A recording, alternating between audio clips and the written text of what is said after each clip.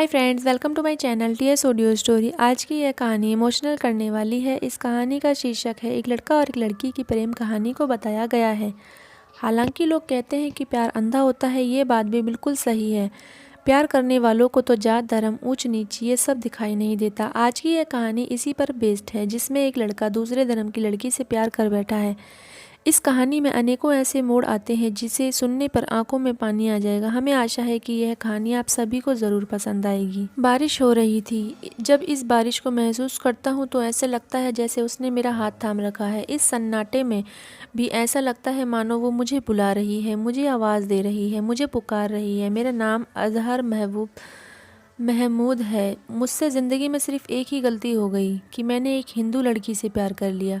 उसका नाम आस्था था। मैंने अपनी ज़िंदगी में इतना प्यार शायद कभी किसी से नहीं किया जितना कि आस्था को करता था।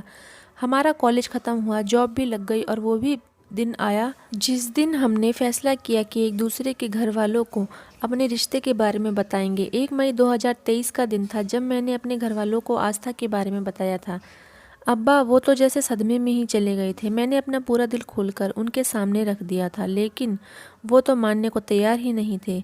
वहीं आस्था के घर वाले भी इस रिश्ते से बिल्कुल खिलाफ थे।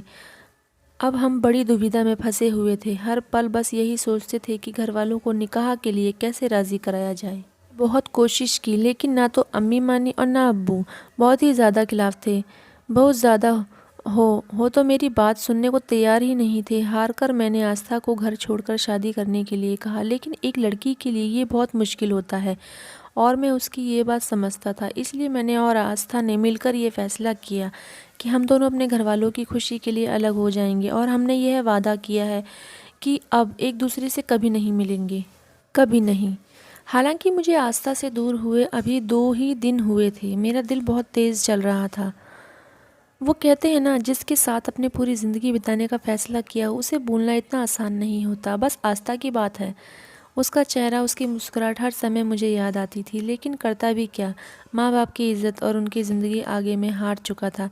लेकिन 10 दिन बाद मुझसे रहा नहीं गया और मैंने आज तक की बेस्ट फ्रेंड वैशाली को फ़ोन करके आस्था का हालचाल पूछने की सूझी। मुझे पता था कि वो पल मेरी ज़िंदगी में क़यामत बनकर आने वाला है, मुझे बर्बाद करने आने वाला है। मैंने वैशाली को फ़ोन किया और कहा, वैशाली, आस्था मेरा। इतने कहते ही वैशाली ने कहा, आस्था इस दुनिया में नहीं रही। आज शाम को उसका अंतिम संस्कार है। आखिरी बार उसे देखने ज़रूर जाना। यह सुनकर जैसे मेरी पूरी ज़िंदगी थम गई थी। शव भीतर ही पड़ी है सफ़ेद चादर में। मैं आस्था का चेहरा नहीं भूल पा रहा हूँ। मुझे वैशाली ने बताया तुम्हारे बिना उसे ज़िंदगी में जीना एक बोझ लग रहा था। वह अपने मम्मी पापा के खिलाफ वह सोच नहीं सकती थी, तब उसे मरना ज़्यादा आसान लगा। यह सुनकर मैंने सोचा और कहा कि मैंने काश अपने दिल की सुनी होती, जहाँ सिर्फ वह और मैं होते, लेकिन ये हो नहीं सकता था। आस्था की याद में मैं सिर्फ इतना ही कहूँगा, बहुत उदास है कोई तेरे जाने से। तू लौट आ किसी बहाने से। तू चाहे जितनी भी दूर है, लेकिन एक बार तो देख, कोई टूट गया है तेरे जाने से। सच में तुम्हारे जाने के बाद अब ऐसा लग रहा है जैसे मानो शरीर में जान ही नहीं है।